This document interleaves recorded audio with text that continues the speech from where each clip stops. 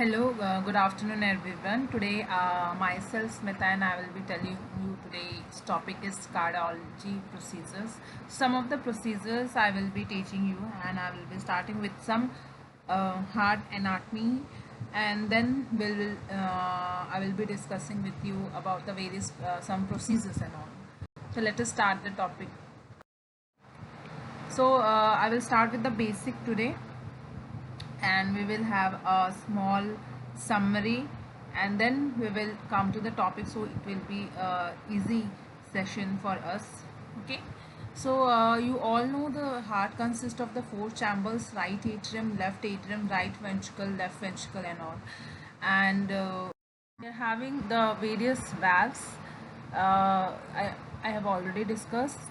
Now if we talk about the electrical activity, the sinoatrial node is the main from where electrical activity starts. It has its own heart rate. It's maintained 60 to 100 beats per minute. So from there it reaches the electrical signal impulses reaches the right ventricle, from bundle of his to Purkinje fibers, and so on. Those electrical activities reaches out towards the ventricle. So any kind of deviation in this rhythm will have effect on the heart. So this conduction from SA node, then we are having a AV node and all. So there's any kind of impairment, the heart will have various.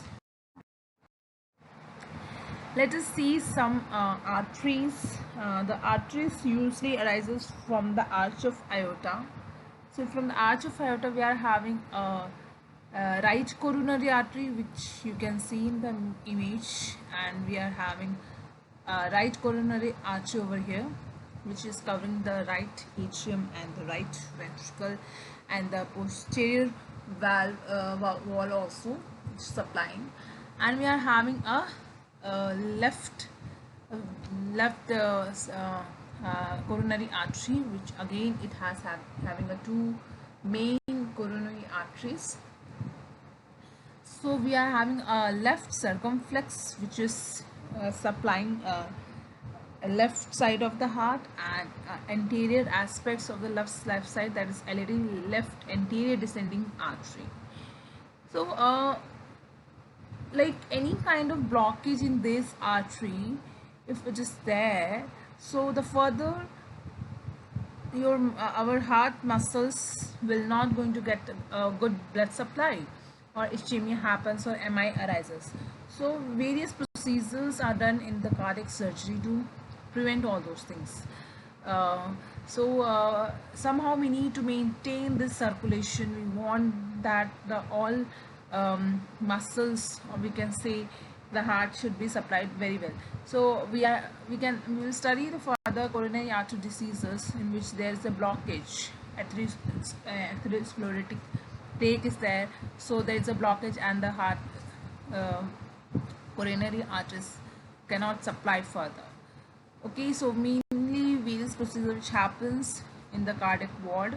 Either it will visualize the heart chambers, or it will visualize this coronary arteries, or there will be various surgeries so as to prevent the ischemia of the heart or proper contractility. Next, let's again, this is the same thing. It's telling the various coronary arteries and their branches.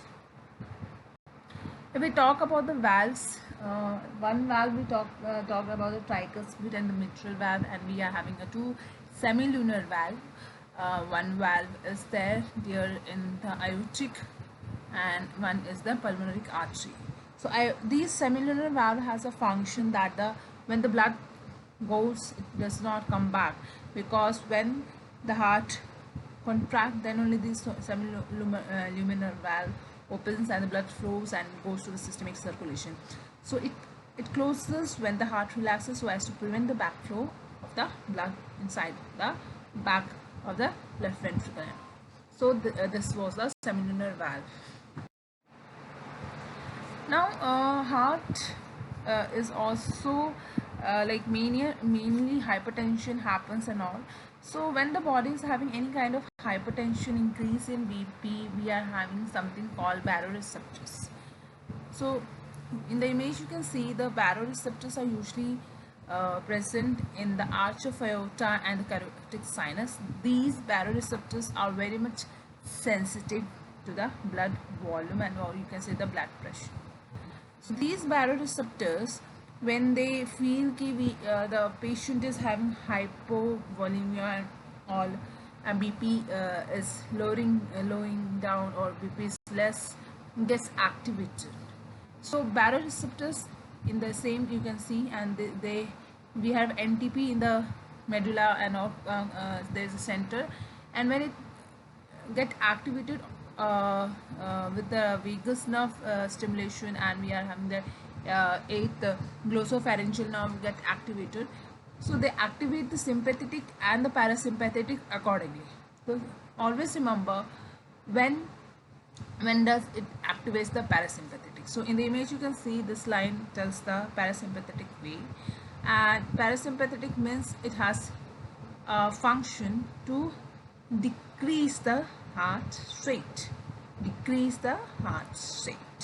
So in this, acetylcholine is released and the heart rate goes down so as to control the BP, and vasodilation happens to decrease the BP. Now as soon as this receptors, because of those baroreceptors activated by these nerves, they activate, so systemic nervous system again, or you can say SNP is activated, and when sympathetic activities increases here, norepinephrine releases. So it has a work on the heart to increase the heart rate. As soon as there is increase in heart rate, okay, and so vasoconstrictions and all happens, and then the BP also. So as a whole, these receptors are there to maintain the blood volume.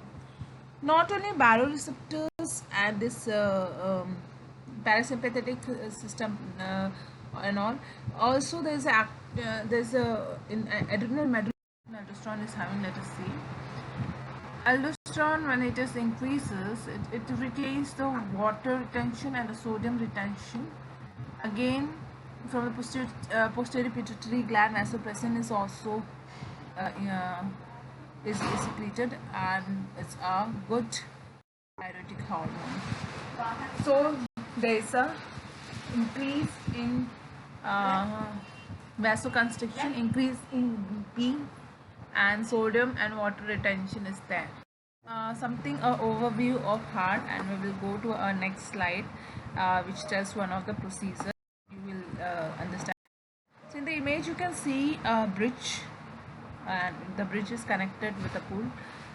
Okay, so you can see in another language it is a kind of bypass.